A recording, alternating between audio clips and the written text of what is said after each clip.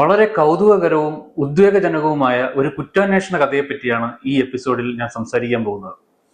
കേരള പോലീസിന്റെ തൊപ്പിയിൽ ഒരു പൊൻതൂവൽ എന്ന് തന്നെ വിശേഷിപ്പിക്കാവുന്ന ഒരു അന്വേഷണത്തിന്റെ കഥ. ഒരാളൊഴിഞ്ഞ പ്രദേശത്ത് നിന്ന് കിട്ടുന്ന ഒരു വീപ്പ, ആ വീപ്പയ്ക്കുള്ളിൽ, കോൺക്രീറ്റിനുള്ളിൽ കുറച്ച് എല്ലിൻ കഷ്ണങ്ങൾ. മരിച്ചതാരെന്നോ കൊന്നതാരെന്നോ അറിയാൻ കഴിയാത്ത ഒരു നിസ്സഹായമായ അവസ്ഥ.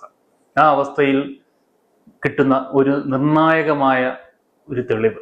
ആ തെളിവിൽ നിന്ന് കൊല ചെയ്യപ്പെട്ടതാരാണ്, കൊന്നതാരാണ്, കൊന്നതിന്റെ മോട്ടീവ് എന്താണ്, എങ്ങനെയാണ് കൊന്നത് എന്നൊക്കെയുള്ള വളരെ ഒരു സിനിമാറ്റിക് ആയിട്ടുള്ള ഒരു അന്വേഷണത്തിന്റെ കഥ. ഒരുപക്ഷെ നിങ്ങൾ പലരും ഈ ഒരു കഥയെപ്പറ്റി, ഈ ഒരു കേസിനെ പറ്റി പത്രങ്ങളിലൂടെയോ മറ്റ് വാർത്താ മാധ്യമങ്ങളിലൂടെയോ ഒക്കെ കേട്ടിരിക്കാവുന്ന ഒന്നാണ് കുമ്പളം ശകുന്തള വധക്കേസ്. ഫോറൻസിക് എക്സാമിനേഷന്റെയും പോസ്റ്റ്മോർട്ടം പരിശോധനയുടെയും അതിൽ നിന്നൊക്കെ കിട്ടുന്ന വളരെ നിസ്സാരമെന്ന് തോന്നുന്ന തെളിവുകൾ പോലും എങ്ങനെയാണ് ഒരു കേസ് അന്വേഷണത്തിന് വഴിത്തിരിവാകുന്നത് എന്ന് പറയാനാണ് നമ്മുടെ ചാനലിൽ ഈ ഒരു സംഭവം ചർച്ചയ്ക്ക് എടുക്കുന്നത്. അതിനു മുമ്പ് ഇത് കേട്ടുകൊണ്ടിരിക്കുന്ന എല്ലാവരോടും ഞാനൊരു ചോദ്യം ചോദിക്കുകയാണ്. ചരിത്രത്തിൽ രേഖപ്പെടുത്തപ്പെട്ട ആദ്യത്തെ പോസ്റ്റ്മോർട്ടം എക്സാമിനേഷൻ ആരുടേതായിരുന്നു എന്ന് നിങ്ങൾക്കറിയാമോ? നമുക്ക് എല്ലാവർക്കും വളരെ പരിചിതമായിട്ടുള്ള ഒരു പേരാണത്. ആ പോസ്റ്റ്മോർട്ടം എക്സാമിനേഷൻ ഒരു രാജ്യത്തിന്റെ തന്നെ ചരിത്രം മാറ്റി എഴുതിയിട്ടുണ്ട്. ആരുടേതായിരുന്നു ആ പോസ്റ്റ്മോർട്ടം എക്സാമിനേഷൻ, എങ്ങനെയാണ് അത് ചരിത്രം മാറ്റി എഴുതിയത് എന്നൊക്കെ ഈ ഒരു കഥ, നമ്മുടെ കുമ്പളം ശകുന്തള വധക്കേസിന്റെ കഥ പറഞ്ഞതിന് ശേഷം വളരെ ലളിതമായി ആ കാര്യവും കൂടി പറയുന്നുണ്ട് ഈ വീഡിയോയിൽ. അപ്പോൾ എല്ലാവർക്കും വെള്ളനാടൻ ഡയറിയുടെ ഈ പുതിയ എപ്പിസോഡിലേക്ക് സ്വാഗതം.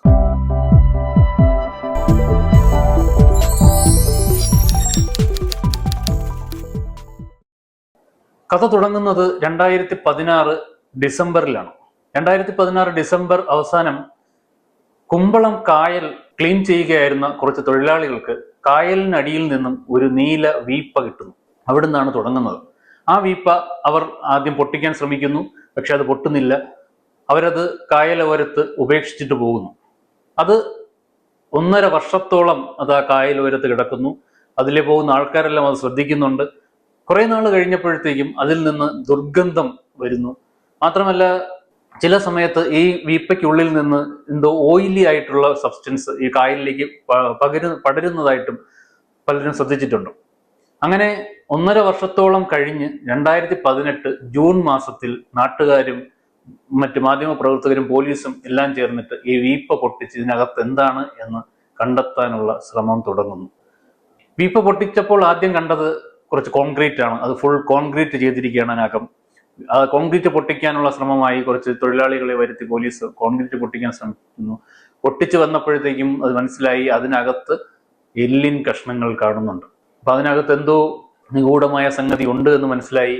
അപ്പോൾ പിന്നീടുള്ള കോൺക്രീറ്റിന്റെ റിമൂവലൊക്കെ വളരെ ശ്രദ്ധാപൂർവമായി. അങ്ങനെ അത് കോൺക്രീറ്റ് മാറ്റി വരുമ്പോൾ ഒരു മനുഷ്യന്റെ അസ്ഥികൂടം അതിനകത്തുനിന്ന് കണ്ടെത്തുകയാണ്. തലയോട്ടിയും കുറെ എല്ലുകളും ഒക്കെ ചേർന്നിട്ടുള്ള ഒരു മനുഷ്യൻ്റേത് എന്ന് തന്നെ പറയാവുന്ന അസ്ഥികൂടം.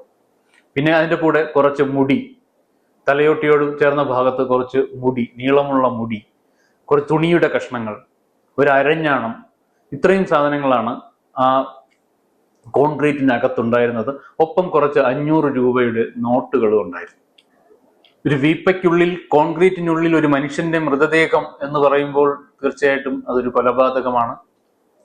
അപ്പൊ അന്വേഷണ ഉദ്യോഗസ്ഥനായിരുന്ന circle inspector Sibi Tom Ernakulam medical കോളേജിലെ പോലീസ് സർജനായിരുന്ന ഡോക്ടർ ഉന്മേഷ് AK-യുടെ സഹായം തേടുന്നു.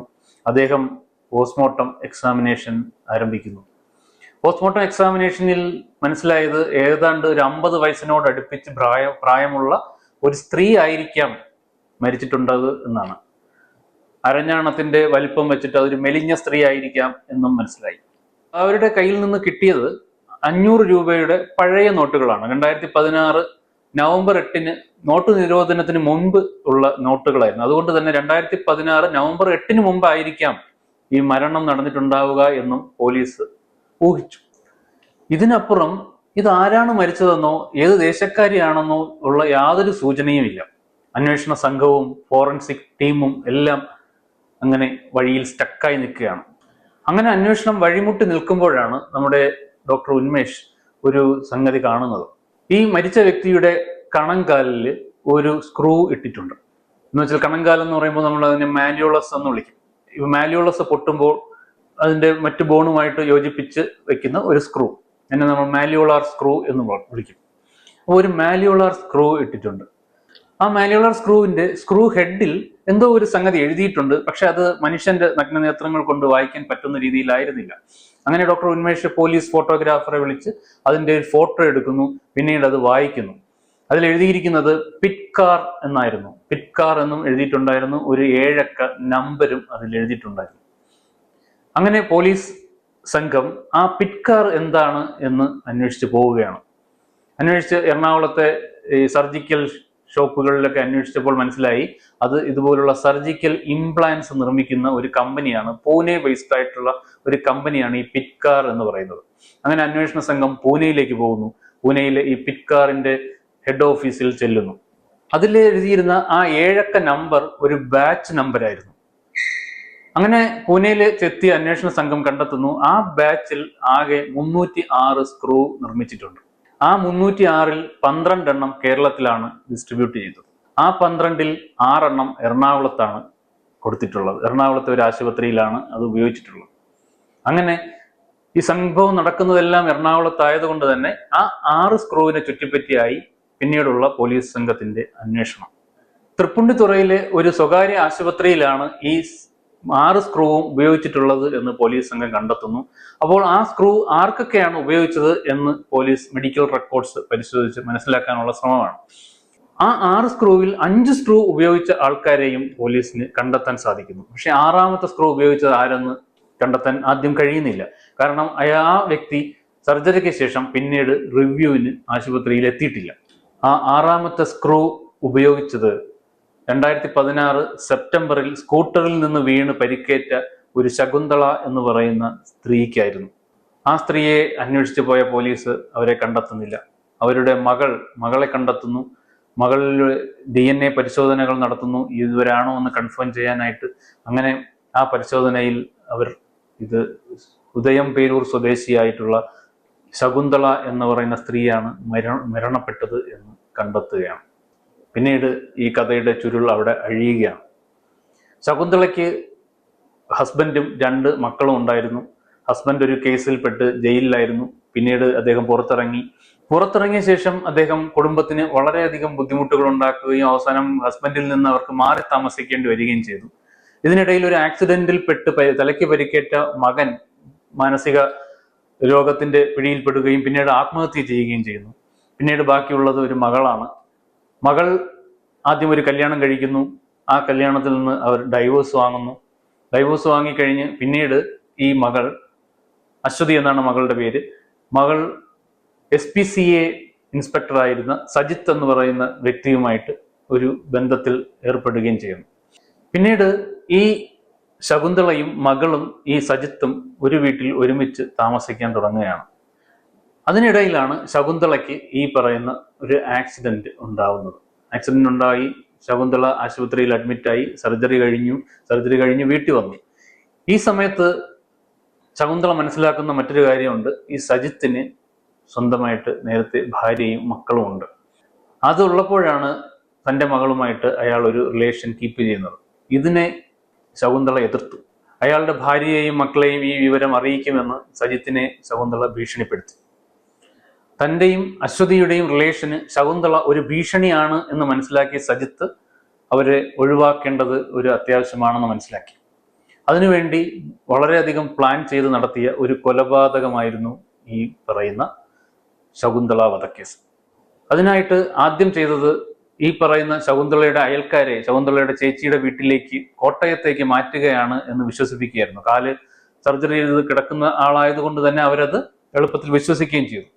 ശേഷം അശ്വതിയെയും കുഞ്ഞിനെയും, അശ്വതിക്ക് നേരത്തെയുള്ള റിലേഷനിൽ ഒരു കുട്ടി ഉണ്ടായിരുന്നു, ആ കുട്ടിയെയും മറ്റൊരു സ്ഥലത്തേക്ക് മാറ്റി താമസിപ്പിച്ചു. അതിനുശേഷം വിഷം കൊടുത്ത് ഇദ്ദേഹം ശകുന്തളയെ കൊല്ലുകയാണ് ചെയ്തത്. കൊലപാതകത്തിന് ശേഷം ആദ്യം ഈ മൃതദേഹം വീട്ടിൽ സൂക്ഷിച്ചു. പിന്നീട് സജിത്ത് വലിയൊരു വീപ്പ, വീട്ടിൽ വെള്ളം സൂക്ഷിക്കാൻ എന്നുള്ള വ്യാജേന ഒരു വീപ്പ സംഘടിപ്പിക്കുകയാണ്. 200 ലിറ്റർ കൊള്ളുന്ന ഒരു വീപ്പ സംഘടിപ്പിക്കുന്നു. ശേഷം ഈ മൃതദേഹം അതിനകത്താക്കി കോൺക്രീറ്റ് ചെയ്യുന്നു.